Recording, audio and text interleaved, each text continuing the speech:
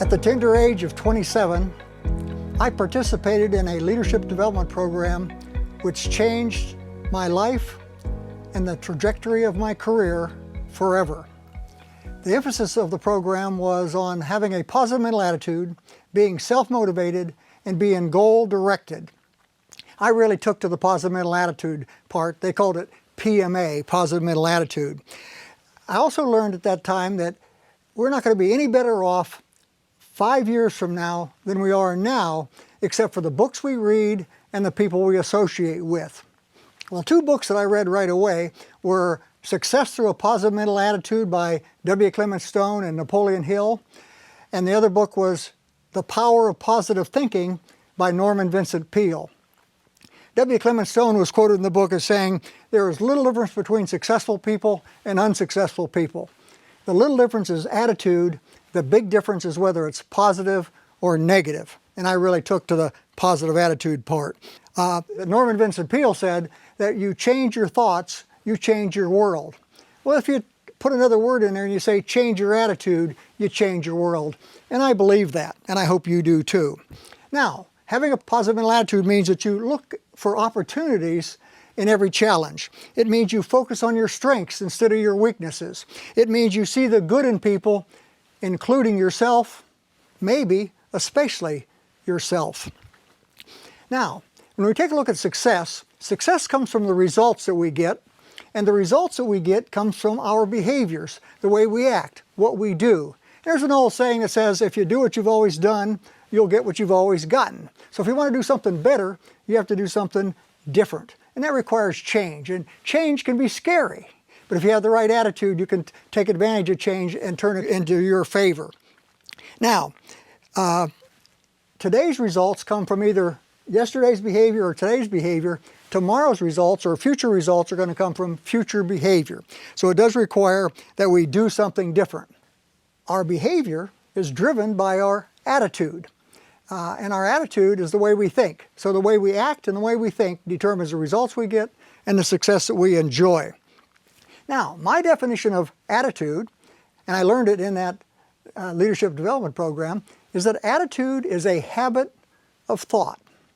And what do we know about habits? Are they good or are they bad? The answer, of course, is both. When I ask audiences, what do you think? Do people have more good habits or more bad habits? Inevitably, they think that people have more bad habits. And that's because our friends and our relatives point out our bad habits to us, right? But actually, we have more good habits than bad habits by a large margin. We learn to ride a bike, to drive a car, to swim, to play tennis, to play golf, to do everything that we do on a daily basis, to get ready for work, get ready for the day. All of those things we turn into a habit, and they become automatic and reflexive, and they save us a lot of time because they are automatic and reflexive. And that's good news because we're on automatic pilot most of the time. The bad news is that the biggest threat to habit change is the habit itself. So it's not easy to change a habit, and it's usually not fast to change a habit, but when you change it methodically, which we'll talk about in a moment, it can be a permanent change and it can serve you well. Now, we said attitude was a habit of thought. So what is thinking? When you're thinking, what are you doing? Get a lot of responses, different responses to that, but basically what we're doing when we're thinking is talking to ourselves. We ask ourselves a question. What does Rex mean by that? What's he looking for? What's the answer? And then we answer ourselves. So the habitual way that we talk to ourselves forms our attitude, which drives our behavior, which determines our results. Now, how do people think? And how do they talk to themselves? They'll say things like, I'm poor at math. I'm poor at spelling. I'll never get the hang of this computer. I'm clumsy. And what kind of results do they get? They're poor at math, poor at spelling, clumsy, poor at working a computer. So we need to have positive self-talk, and we need to guard the way we talk to others. We need to guard the way we talk to ourselves. Another quote from the Success Through a Positive Mental Attitude book is, we are where we are and what we are because of the dominating thoughts that occupy our mind. So we become what we think about. Our thoughts then can impact our outlook, our behavior, who we are, how we act, how we behave. Our thoughts help us excel or hold us back, attract people or repel people. Thoughts are powerful. And that's one of the reasons that I wrote this book, Attitude, the Difference Maker, because the way we think does make a difference, and our attitude then is formed from that. And our attitude is our most valuable asset. It determines our success or our failure. It determines the quality of our relationships, and really business is about relationships, and the better our relationships, the better our business. Also, life is about relationships. The better our life, the better our relationships. All right, so Carol Dweck recently, in the last few years, wrote a book called Mindset. And in there she talks about a fixed mindset versus a growth mindset. And there can be a parallel between a positive mental attitude, PMA, and a growth mindset. She talks about the fact that someone with a growth mindset has a desire to learn and they embrace challenges. And that's how we overcome our challenges, and that's how we're more successful. Zig Ziglar, famous motivational speaker, had a term called SNIOP. S-N-I-O-P, SNIOP. Susceptible to the negative influence of other people. We're actually in control of our attitude. We're in control of our thoughts. We have 100% control over our attitude and over our thoughts. And we don't need people to rain on our parade to make us angry. And really, they can't make us angry unless we let them. So don't be susceptible to the negative influence of other people. It's almost like secondhand smoke, which they tell us is harmful to our body. Well, secondhand negative thinking can be harmful to our mental attitude, to our positive mental attitude. Zig Ziglar also said, it's your attitude, not your aptitude, that determines your altitude. Zig was a wise man. Where did we get our thinking come from? Our thinking comes from conditioning. We are conditioned by parents, by teachers, by friends, by past experiences. Here are some examples. Chances are you heard things similar to what I heard growing up. Children should be seen and not heard. Don't bite off more than you can chew. Don't go where you're not wanted. Don't talk to strangers. Never get in the car with a stranger. Okay, we go to get our first job and we're thinking, let's see, I should be seen and not heard. I shouldn't bite off more than I can chew. I shouldn't go where I'm not wanted. Shouldn't get in the car with strangers. What kind of job can we get? Almost any job that we get requires us to speak up and to say something and to be heard and to talk to strangers. So we need to overcome that conditioning. To overcome that conditioning requires a powerful force called spaced repetition. Teachers condition us also by some of the drills that they use. For example, if I were to ask you what's 4 times 4, 16, no problem. 8 times 8, 64. 9 times 9, 81. 12 times 12, 144. But if I would ask you what's 18 times 18, you'd probably struggle with that, wouldn't you? Why? Because the times table only went up to 12 times 12. We either had the flashcards or we studied it and we practiced it. And we can do any computation or permutation up to 12 times 12, but anything beyond that, we struggle with it. Likewise, we learned the alphabet. We learned the alphabet in order, A, B, C, D. Chances are you might be looking something up alphabetically and even fall into the trap of singing the alphabet song, A, B, C, D, E, F, G, okay? If I were to ask you to do the alphabet, all 26 letters from A to Z as fast as you can, most people can probably do it in 5-6 seconds max, okay? Easy peasy. But if I were to say do half the alphabet,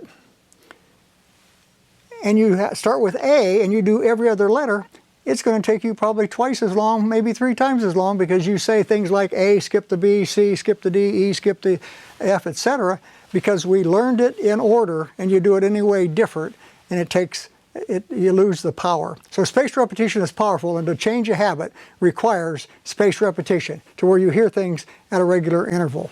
And there's other things that teachers say that condition us to act a certain way. Our friends play the put-down game, conditions us. Past experiences, we try something when we're 10, 11, 12 years old. We say, I'll never do that again, even though we're fully capable of it just a few years later. All right, but people with a bad attitude, number 1, look for reasons to fail. Number 2, they don't accept personal responsibility. And number 3, they try to appear larger by making other people appear smaller. And we don't want to have a bad attitude. Just the opposite is true of people with a good attitude. Number 1, they look for ways to win or look for ways to succeed. And number two, they believe if it's to be, it's up to me. They take personal responsibility. And number three, they build other people up instead of tear them down, and they help them grow and be all that they can be. And that's what we're striving for in our work.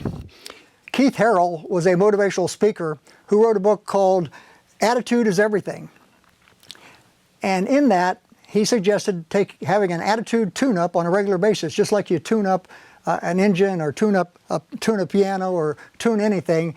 He suggested that we tune up our positive mental attitude, and he listed 8 points to do that. Number 1, count your blessing daily and give thanks. That there's so many things that we can be thankful for, that we can be grateful for, and we just need to give thanks every day, and that's going to help us develop more of a positive mental attitude. Number 2, he said, get the proper rest and exercise, and you'll be healthier. And you need to eat healthier as well, because energy can be built up and it can be torn down. And I think you would agree that 2 minutes of a negative encounter can drain more energy than 8 hours of hard labor. So we need to guard our energy. It's even more important than time, because time, we only have 24 hours a day, 7 days a week, no more, no less. Energy, again, being around positive people can build our energy up. Being in negative encounters can drain it. So to be positive, keep your energy level high. Number 3, don't let pettiness have power over your success. Monitor what you hear, what you read, what you say, and don't be a sniop, susceptible to the negative influence of other people. Number 4, set aside time with family and close friends. Those relationships boosts our energy, boosts our attitude, and makes us feel good about ourselves. And then that gets cast off to our family and friends, and so it becomes a win-win situation. Number 5, Keith Harrell says, is help someone less fortunate, because it brings out your spirit. It brings out the best in you, and you feel good about yourself, and you help someone else in the process. Number 6, feed your spirit daily. Read and listen to positive motivational books, and listen to audio messages. Watch TED Talks and YouTube videos of positive, inspirational, motivational ideas. And number 7 is reflect on your victories, things you've forgotten that were special. Rekindle the fire that helps turn your attitude into action. Look at past accomplishments and build on that. Say, hey, if I was able to do this and this and this, I can for sure do what's in front of me right now. And then number 8, he says, create an upbeat, positive greeting that builds enthusiasm for you and everyone you meet. So when you meet folks, either folks you see on a regular basis or folks that you're seeing for the first time, have a positive, enthusiastic greeting. It'll make you feel better, it'll make them feel better, and it'll help you have an attitude tune-up. To get the most out of this, we have a 3-part assignment that if you'll use it, if you take a pencil and paper right now and write down these 3 things, or take a picture of the slide that's on the screen. A, list your 3 biggest mental obstacles. What's holding you back mentally? B, list your top 3 strengths so that you can concentrate on what you can do instead of what you can't do. And in C, list 2 sources of encouragement. What encourages you? Either something you do, a person, or an event or something like that, and take a look at that and see how it helps your mental attitude. Now in closing, here's how you maintain a winning attitude. 3 things. You start being even more grateful. No matter how grateful you are today, be even more grateful in the future, because people who are grateful tend to be a magnet, and they tend to attract other people. People who tend to criticize and complain tend to repel and push people away. And so that's what you need to stop doing. You need to stop criticizing, stop complaining. That we criticize things and we complain about things that we can't do anything about, so why criticize it? Why complain? So start being even more grateful, stop criticizing and complaining, and then 3rd, guard your self-talk, guard your talk. In other words, what you say to yourself, what you say to other people, and then guard your choices. Another book I read early in my career was by J. Martin Coe, K-O-H-E, and the book was called Your Greatest Power. And he said our greatest power is our power to choose. We can choose to be positive or negative. We can choose to be enthusiastic or dull. We can choose to be happy or sad. We can choose to be goal-directed or adrift.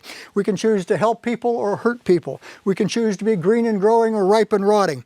We can choose to be caring, or we can choose to be mean. We can choose to be ambitious, or we can choose to be lazy. We can choose to build up, or we can choose to tear down. We can choose to do our best or settle for good enough. Someone with a positive mental attitude with PMA never settles for good enough, because good enough never is. Until next time, remember, it's your attitude, not your aptitude, that determines your altitude. See you next time.